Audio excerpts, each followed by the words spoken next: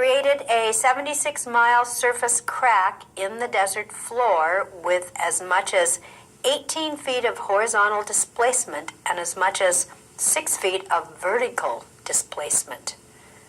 The surface fault rupture passed directly beneath or through a house in Landers, splitting it apart. Serious soil liquefaction occurred in the Marina District of San Francisco during the 7.1 Loma Prieta earthquake in 1989. The displacement of the ground underlying the Marina District caused the vertical settlement and lateral displacement of buildings, as well as the buckling of sidewalks, the cracking of asphalt pavement, and the rupture of underground pipes. Disclosing earthquake hazards on the NHD. The fact that a property is located in an earthquake fault zone or seismic hazard zone must be disclosed to a potential buyer before the sales process is complete. This disclosure must be made on either the Natural Hazard Disclosure Statement or the Local Option Real Estate Transfer Disclosure Statement. The Earthquake Safety Booklet. A seller must deliver a copy of the Homeowner's Guide to Earthquake Safety booklet developed by the Seismic Safety Commission to the buyer if the home was built before 1960 or if the home is a masonry building with wood frame floors or roofs built before January 1, 1975. Additionally, the seller must complete the Residential Earthquake Hazards Report found at the back of the booklet prior to giving the booklet to the buyer. Real estate licensees are required to provide sellers with copies of the Homeowner's Guide to Earthquake Safety booklet. Homeowner's Guide to Earthquake Safety booklet is required when transferring any real property with a residential dwelling built prior to January 1, 1960 and consisting of 1 to 4 units, any of which are of conventional light frame construction. Transferring any masonry building with wood frame floors or roofs built before January 1, 1975. If the buyer of real property receives a copy of the Homeowner's Guide to Earthquake Safety, neither the seller nor the agent is required to provide additional information regarding geologic and seismic hazards.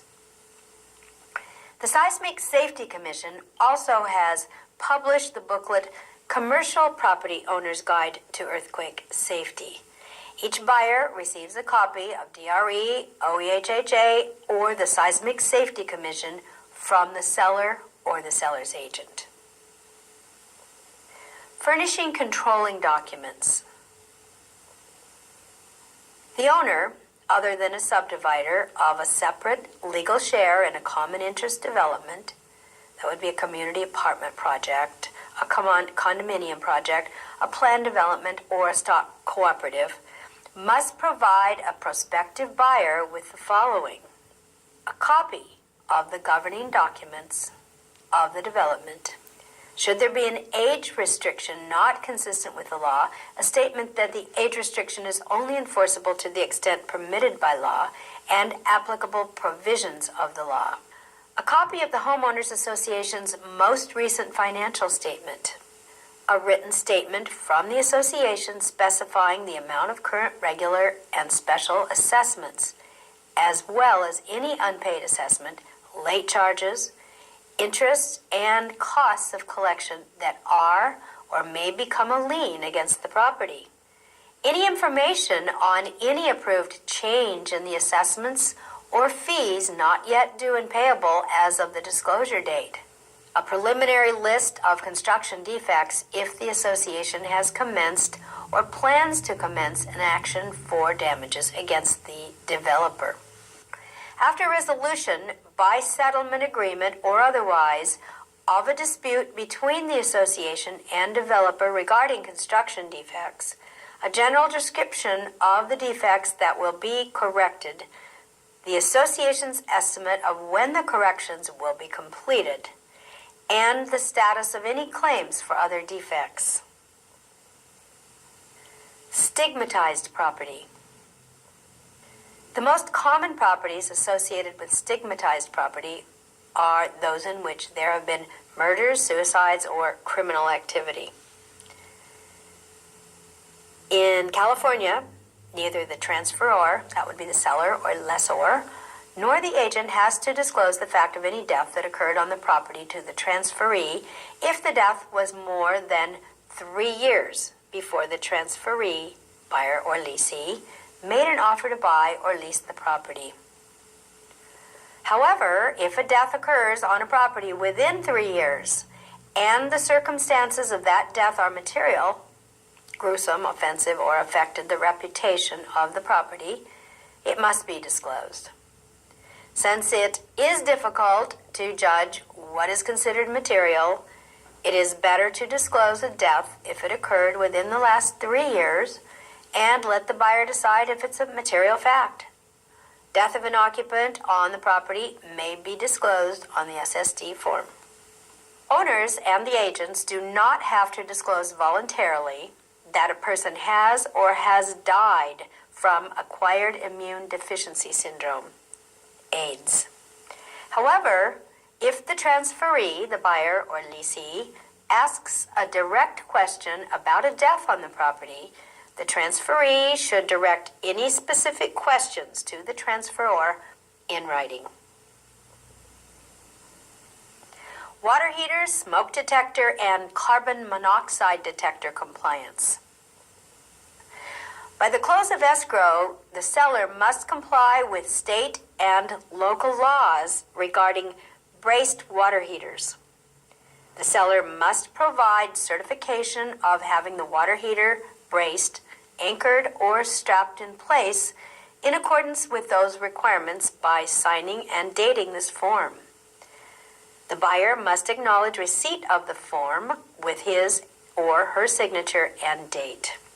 The seller of any residential property must certify in writing to the buyer that all water heaters have been braced, anchored, or strapped in accordance with local requirements to resist falling in an earthquake.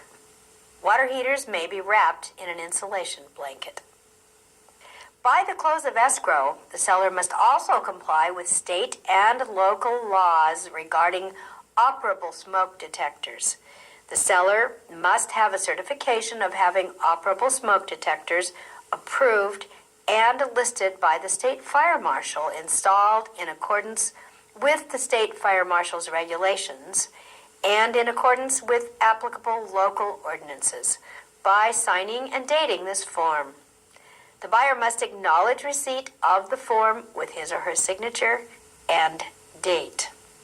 Effective July 1, 2011, the Carbon Monoxide Poisoning Prevention Act of 2010 requires that carbon monoxide detectors, CO detectors, must be installed in all dwelling units that contain a fossil fuel burning heater, appliance, or fireplace, or that have an attached garage. Carbon monoxide is an odorless gas produced whenever any fuel is burned. The Consumer Product Safety Commission recommends installing a CO detector in the hallway near every separate sleeping area of the home. They must be installed in single-family homes by July 1, 2011, and by January 1, 2013 in multifamily residences. That would be apartment buildings. Sellers notify buyers on the real estate transfer disclosure statement whether the property has carbon monoxide devices installed. No separate compliance certification is required. If the property does not have carbon monoxide devices, the buyer may negotiate with the seller for their installation as a condition of sale. Energy conservation retrofit and thermal insulation disclosures. State law prescribes minimum energy conservation standards for all new construction. Local governments also have ordinances that impose additional energy conservation measures on new and/or existing homes. Some local ordinances impose energy retrofitting as a condition of the sale of an existing home. The seller and/or agent should disclose to a prospective buyer the requirements of the various ordinances, as well as who is responsible for compliance. Federal law requires that a new home seller, including a subdivider, disclose in every sales contract the type, thickness, and R value. That R value, as you require, is the resistance to heat loss of the insulation that has been or will be installed. The Home Energy Rating System Booklet.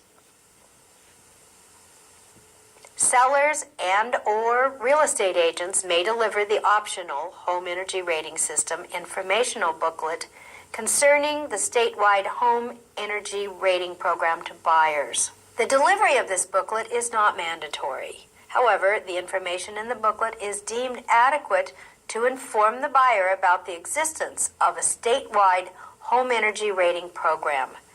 The HERS booklet is part of the Combined Hazards booklet.